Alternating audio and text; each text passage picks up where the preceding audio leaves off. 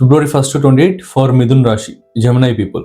So first of all February 3rd నుండి మీ 9th హౌస్లోకి mercury యొక్క ట్రాన్సిట్ అనేది జరిగి along with your 12th and 5th lot గోచారం జరిగి అది 9th హౌస్ అవడం వల్ల ఈ హైయర్ లెర్నింగ్ ఆపర్చునిటీస్ అనేటివి ఎక్కువగా వస్తాయన్నమాట. అండ్ స్పిరిచువాలిటీ అనేది ఎన్హాన్స్ అవుతుంది.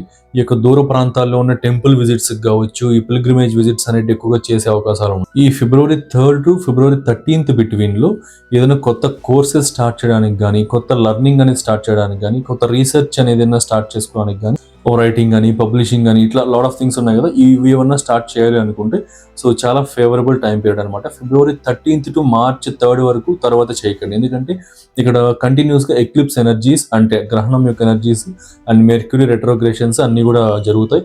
సో కాబట్టి February 13th to March 3rd between మాత్రం అవాయిడ్ చేసుకోండి. February 13 బిఫోర్ అయితే ఇలాంటివి ఏమైనా స్టార్ట్ చేయాలి అనుకుంటే మంచి టైంలో స్టార్ట్ చేసుకోండి. అండ్ మెర్క్యూరీ రాహు కంజంక్షన్ వల్ల ఈ టైం పీరియడ్లో ఫారిన్ మెంటోర్స్ కానీ, ఫారిన్ టీచర్స్ కానీ ఇలాంటి వారు పరిచయం అవడానికి అవకాశాలు ఎక్కువ ఉన్నాయి. Unconventional thoughts as well as creative thoughts రెండు కూడా వస్తాయన్నమాట. సో బెటర్ క్రియేటివ్ థాట్స్ వైపు వెళ్ళండి. అన్కన్వెన్షనల్ థాట్స్ని కొంచెం ఎమోషనల్ కంట్రోల్ అనేది మెయింటైన్ చేసుకోండి. ఈ టైం పీరియడ్లో ఏదైనా మ్యానిపులేషన్స్ కానీ, షార్ట్ కట్స్ కానీ ఇలాంటివి ట్రై చేస్తే తర్వాత ప్రాబ్లమ్స్ అనేది ఎక్కువగా వస్తాయి. ఇక్కడ ఒక స్పెషల్ టిప్ ఏంటంటే ఎవరైనా సరే ఏదైనా రీసెర్చ్ చేస్తూ ఉన్నా, ఏదైనా ఒక ఐడియా మీద వర్క్ చేస్తూ ఉన్నా, న్యూ ఐడియాస్ రావట్లేదు అనుకుంటే సో మీరు ఒక పెన్ అండ్ పేపర్ తీసుకొని మీ యొక్క రీసెర్చ్ కావచ్చు, మీ యొక్క థాట్ ప్రాసెస్ కావచ్చు, కరెంట్ మీకున్న సిచ్యువేషన్ కావచ్చు అన్నీ కూడా రాయడం మొదలు పెట్టండి. బికాజ్ మెర్క్యూరీ రాహు కంజంక్షన్ ఉంది. So mercury is the karak of for writing, communication, publishing and everything. So mercury loves journaling and writing అన్నమాట, and auditing as well. So కాబట్టి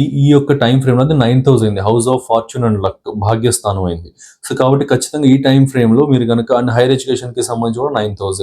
సో రాయడం లాంటిది, రైటింగ్ లాంటిది, అండ్ అట్లీస్ట్ ల్యాప్టాప్ ఓపెన్ చేసి రాహు కదా, mobile screens and laptop screens అని రాహు.